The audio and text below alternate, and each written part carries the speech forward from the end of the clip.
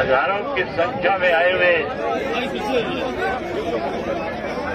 हरियाणा, उत्तर प्रदेश, पंजाब, उत्तराखंड, मध्य प्रदेश से आए हुए मेरे किसान भाइयों, माताओं, बहनों, मीडिया के सभी पत्रकार साथियों, मंच के ऊपर बैठे हुए किसान संयुक्त मोर्चा के सभी किसान नेतागण, मैं यहाँ कोई आज आपके बीच में भाषण देने के लिए नहीं आया हूं, ना मैं कोई आज आपके बीच में ये कहने के लिए आया हूं कि हमारी पार्टी कोई आपको समर्थन दे रही है। आज मैं अपनी जिम्मेवारी निभाने के लिए आपके बीच में आया हूं। जब कभी भी किसान का आंदोलन हुआ, स्वर्गीय महेंद्र सिंह टिकैत जी ने उत्तर प्रदेश के किसान के साथ केंद्र की सरकार और उत्तर प्रदेश की सरकार जब अनदेखी करती थी और स्वर्गीय टिकैत साहब जब लाखों लोगों को लेकर के दिल्ली के वोट क्लब के ऊपर जमा होते थे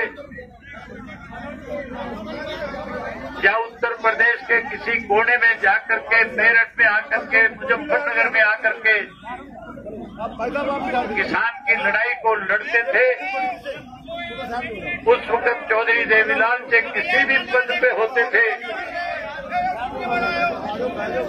और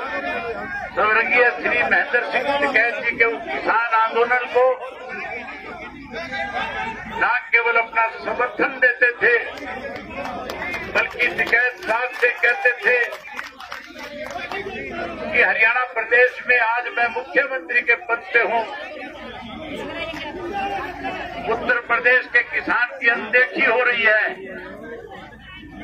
उत्तर प्रदेश के किसान के खेत की बिजली काटी जा रही है, हरियाणा प्रदेश की सरकार के जुम्मे जो आप जिम्मेवारी लगाओगे, चौधरी देवीलाल टिकैत साहब से कहते थे कि मैं उस जिम्मेवारी को पूरा करने का काम करूंगा। और उस आंदोलन को तब तक हम अपनी पार्टी की तरफ से ताकत देते थे जब तक उत्तर प्रदेश के किसान को न्याय नहीं मिल जाता था।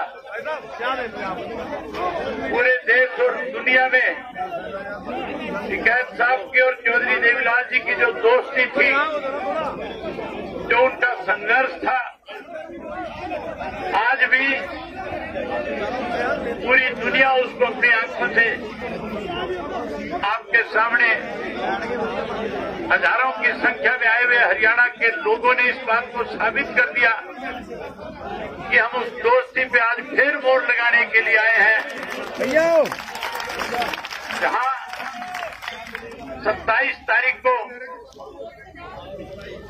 इसी बॉर्डर के ऊपर हजारों लोगों के बीच में पर्ची पहुंचा दी ऊपर। टिकैत साहब 26 जनवरी को जो दिल्ली के अंदर दिल्ली की केंद्र की सरकार ने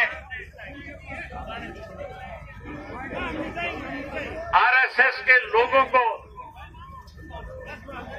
उस आंदोलन में कहीं किसान की पोशाक पहना करके उस आंदोलन को खत्म करने की जो साजिश रची थी, उसके बारे में टिकैत साहब बैठे हुए किसानों को जब संबोधित कर रहे थे, जब सारी बात उनसे बता रहे थे, मैं सोशल मीडिया पे देख रहा था कि हजारों पुलिस के कर्मचारी जो शांति से आंदोलन चलाने का काम कर रहे थे, किसान उनके चारों तरफ आकर के खड़े हो गए थे और बारी बारी कह रहे थे कि हम टिकैत साहब को गिरफ्तार करने के लिए आए हैं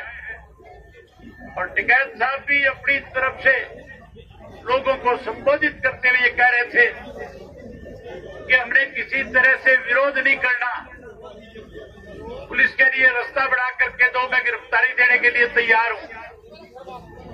लेकिन साथियों, हैरानी की बात थी, जो काम प्रशासन का है, जो काम सरकार का है, भारतीय जनता पार्टी ने अपने यहाँ के एमएलएस को सैकड़ों की संख्या में बदमाशों को साथ लेकर के इसी पुल के नीचे, जिन्होंने यहाँ के डीएम को और एसपी से कहा था कि अगर आप इनको यहाँ, पहले तो आप इनको यहाँ से हटाओ, अगर आप नहीं हटाओगे तो वो बदमाश किस्म का एमएलए अपने साथ हथियारबंद लोग लेकर के जो यहाँ आया था, जो कह रहा था कि अगर आप इन्हें नहीं हटाओगे तो फिर हम इनको हटाने का काम करेंगे। मैं आज उत्तर प्रदेश के मुख्यमंत्री जी से कहने के लिए आया हूं कि मुख्यमंत्री जी, इस किसान के साथ बातचीत के जरिए तो आप इस आंदोलन को खत्म कर सकते हो, लेकिन आप अपनी पार्टी की, अपनी सरकार की तरफ से कहीं कोई दबंगई दिखा करके, कहीं कोई लाठी और डंडा दिखा करके, बंदूक दिखा करके अगर इस किसान आंदोलन को कुचलने की चेष्टा करोगे, अगर इस किसान आंदोलन के साथ कोई छेड़खानी करोगे, तो यहाँ केवल उत्तर प्रदेश, हरियाणा और पंजाब का किसान नहीं, बल्कि पूरे देश का किसान आकर के जहाँ आपकी सरकार का तख्ता पलट करने का काम करेगा, वहीं किसान अपनी इस लड़ाई में केंद्र की सरकार को कृषि के तीनों काले कानूनों को खत्म करवाने के लिए, इन कानूनों को न केवल खत्म कराएगा, बल्कि इस देश का किसान कैसे खुशहाल हो, इसके लिए केंद्र की सरकार को नए कानून बनाने पे मजबूर कर देगा। देश के प्रधानमंत्री ने सत्ता में आने से पहले कहा था कि अगर मेरी पार्टी सत्ता में आई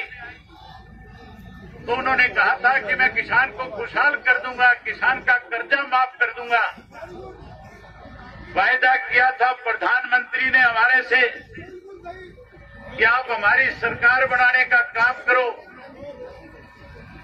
हम किसान की खेत की फसल के लागत मूल्य से 50% आपको ज्यादा देंगे।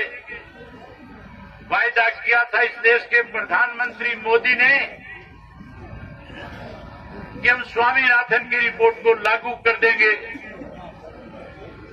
ये भी कहा था कि अगर किसान के साथ कोई अनदेखी करेगा तो फिर मेरी जिम्मेवारी होगी उस सरकार को मजबूर करके किसान को समर्थन मूल्य पे 50% ज्यादा दे करके उसकी फसल के दाम देने का काम करूंगा। लेकिन हैरानी की बात है, इस कोरोना की आड़ के अंदर जब देश जो है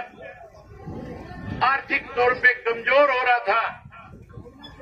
जब हमारे देश के अनेक नेताओं ने, अनेक मुख्यमंत्रियों ने प्रेस के माध्यम से ये बातें कही थी कि आज हमारे पास आर्थिक रूप से दिक्कत है, आज इस कोरोना की महामारी में जो कारखाने बंद हो गए, जो स्कूल और कॉलेज बंद हो गए,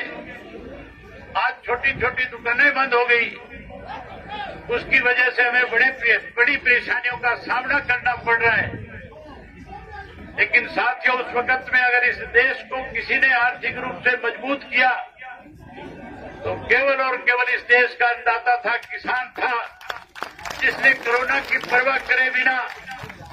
लगातार अपने खेत में जाकर के अपनी फसल की उपज को और ज्यादा मेहनत के साथ उस फसल को पका करके न केवल देश के गरीब आदमी का, देश के आम आदमी का पेट भरने का काम किया, बल्कि देश के प्रधानमंत्री ने सभी में ये बात कही थी कि आज देश आर्थिक रूप से अगर कहीं मजबूत है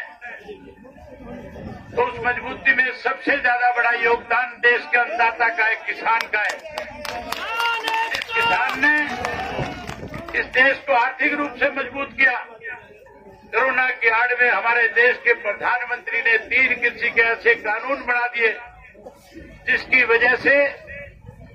आज हमारे 5 वर्ष के नन्हे मुन्ने बच्चे से लेकर के 55 वर्ष के बुजुर्ग तक को अपना घर बार, खेत, परिवार सब छोड़ करके इस सरकार के खिलाफ दिल्ली के चारों तरफ धरने पे बैठ करके इस सरकार को शांतिप्रिय ढंग से आंदोलन को चला करके बारी बारी सरकार के बुलावे पे किसान नेताओं ने जाकर के इन काले कानूनों के बारे में बड़ी खुल करके चर्चा करी। लेकिन भारतीय जनता पार्टी की सरकार ने कैसे आंदोलन खत्म हो इसके लिए इसको लिंगर ऑन करने का काम किया, लंबा करने का काम किया। जब किसान ने लिंगर ऑन होने के बाद, लंबा होने के बाद भी कहीं विचलित नहीं हुआ, कहीं उसने अपने जिम्मेवारी को किसी किस्म की कमी नहीं आने दी, तो केवल उनके ऊपर ये आरोप लगाया गया इस आंदोलन में तो ऐसे लोग इसका हिस्सा बन गए जो उग्रवाद से जुड़े हुए हैं। किसान को खालिस्तानी कहा गया, किसान को उग्रवादी कहा गया। इस देश के किसान के खिलाफ जो नेता हमारे थे, जो इस आंदोलन को चला रहे थे, इस दिल्ली की सरकार ने 26 जनवरी के दिन जहां गणतंत्र दिवस की परेड के साथ